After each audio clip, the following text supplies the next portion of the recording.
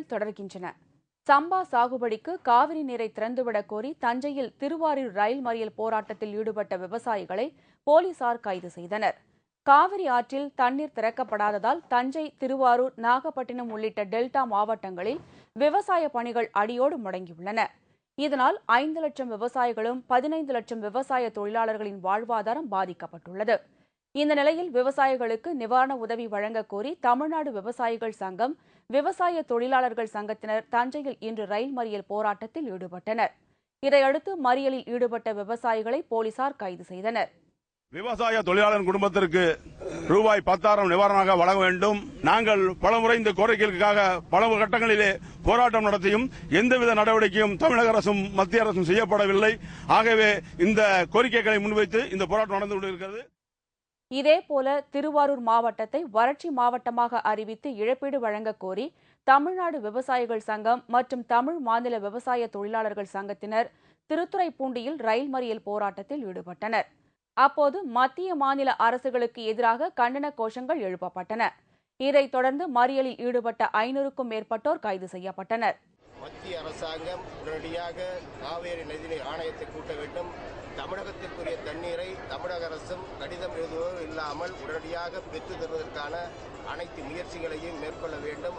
அதேபோல ஒன்றுபட்ட காவேரி நம்ம டெல்டா மாவட்டத்தை தமிழக அரசு வறட்சி மாவட்டமாக அறிவிக்கப்பட்டு அதற்கான போர்க்கால அடிப்படையில் நிவாரணம் வழங்குவதற்கான முயற்சியை மேற்கொள்ள வேண்டும். இதனிடையே தமிழக விவசாயிகள் சங்க மாவட்ட நிர்வாகிகளின் ஆலோசனைக் கூட்டம் கிருஷ்ணகிரி அருகே உள்ள சாமந்தமலையில் நடைபெற்றது.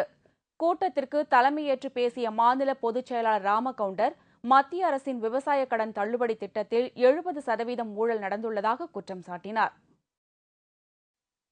வழிப்பறி திருடர்களை கிராம மக்கள் அரிவாளால் வெட்டி பிடித்தனர். சினிமா பட பாணியில் நடந்த இந்த சம்பவம் திருச்சியில் பரபரப்பை ஏற்படுத்தியுள்ளது. அங்குள்ள மாரநேரி எனும் கிராமத்தில் மோட்டார் சைக்கிளில் வந்த 2 வாலிபர்கள் பெண் ஒருவர் அணிந்திருந்த சங்கிலியை வழிப்பறி செய்து கொண்டு பைக்கில் தப்பிச் சென்றனர். இதுகுறித்து அந்த பெண் பாந்தாளப்பேட்டையில் உறவினர் ஒருவருக்கு தகவல் கொடுத்துள்ளார். இதனையடுத்து அந்த கிராம மக்கள் அந்த 2 பேரையும் வழிமறித்து பிடிக்க காத்திருந்தனர். ஆனால் பொதுமக்களை பார்த்ததும் வாலிபர்கள் இருவரும் பைக்கை போட்டுவிட்டு கண்மாயில் தப்பி ஓடினர். அப்போது அங்கு 100 நாள் திட்டத்தில் வேலை பார்த்த கிராம மக்கள் இருவரையும் மடக்கி பிடிக்க முயன்றனர். ஆனால் இருவரும் கத்தியால் கிராம மக்களை தாக்க முயன்றனர். பின்னர் கிராம மக்களும் அரிவாளை கொண்டு தாக்குதல் நடத்தி அந்த 2 வழிப்பறி திருடர்களையும் பிடித்தனர். அந்த மெயின் ரோட்லேருந்து ஒரு 200 மீட்டருக்குள்ளே ஒரு சுடுகாட்டுக்கு மண் ரோடு போகுது. அந்த பாலத்திட்ட வண்டியை போட்டு குளத்து உள்ளே பூந்துட்டான். அப்போ ஊர் ஆளுங்க எல்லாமே திரண்டு வந்து பார்க்குறப்ப நெய்வேலி கோட்டையில் ஒன்றுமே தெரியல. கிட்டத்தட்ட ஒரு 200-300 பேர் எல்லாம் ரவுண்ட் பண்ணிட்டான் அப்படியே குளத்தை. இதனிடையே சேலத்தில் பல்வேறு வழிப்பறி மற்றும் கொள்ளை சம்பவத்தில் தொடர்புடைய வாலிபரை போலீசார் கைது செய்தனர். அவரிடம் இருந்து 7 லட்சம் ரூபாய் மதிப்பிலான தங்க நகைகள் மற்றும் வெள்ளிப் பொருட்கள், ரொக்கப் பணம் ஆகியவை கைப்பற்றப்பட்டது. இதேபோல் திருப்பூர் மாவட்டம் அவிநாசி அருகே உள்ள குன்னத்தூரில் 700 ஆண்டுகள் புகழ்பெற்ற லட்சுமி நாராயண பெருமாள் கோவிலில் இருந்த ஸ்ரீதேவி, பெருமாள், கிருஷ்ணர், பூதேவி சாமிகளின் வெண்கல சிலைகள் மர்ம நபர்களால் திருடப்பட்டுள்ளது பரபரப்பை ஏற்படுத்தியுள்ளது.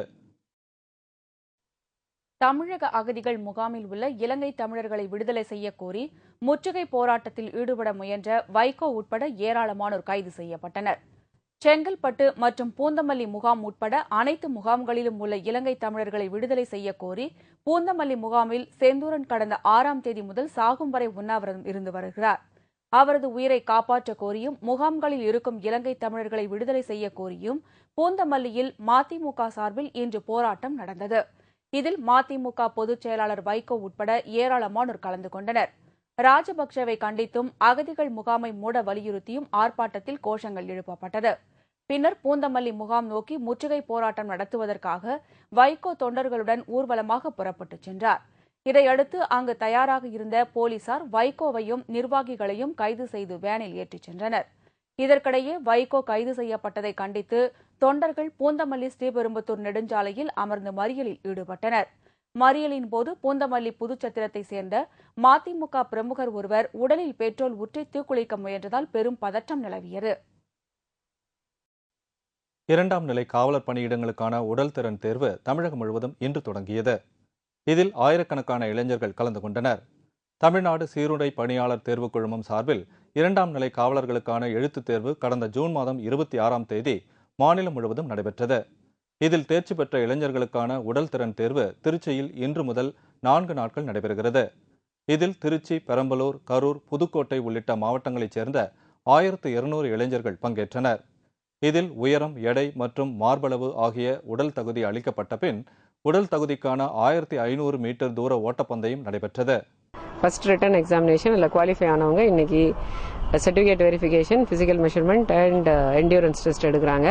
இது குவாலிஃபை ஆன கேண்டிடேட்ஸ்க்கெல்லாம் கால் லெட்டர் யூஎஸ்ஆர்பி டைரெக்டாக கொடுத்துருக்காங்க. இதுலேயே 2 ஃபேஸ் இருக்குது. ஃபர்ஸ்ட் ஃபேஸ் வந்து இன்னையிலேருந்து ஃப்ரைடே வரைக்கும் 4 நாள்.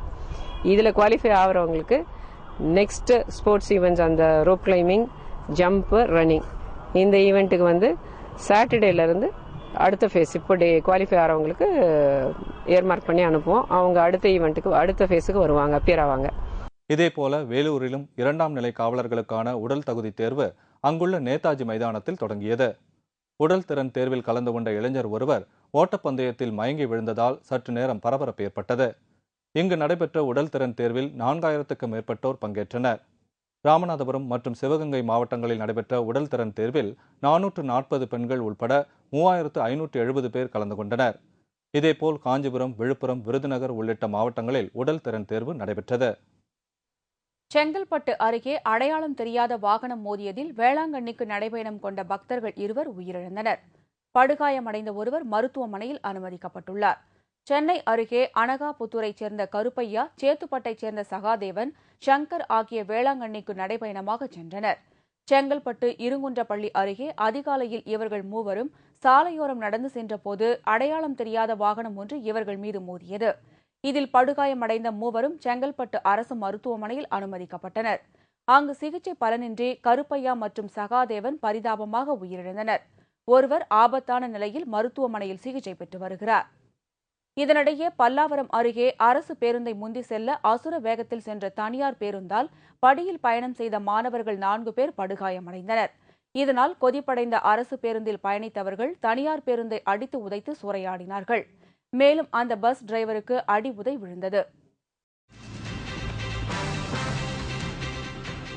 அமெரிக்கர்களை அசத்திய கொரிய இளம் பெண்களின் ஆடல் பாடல் காட்சிகள்.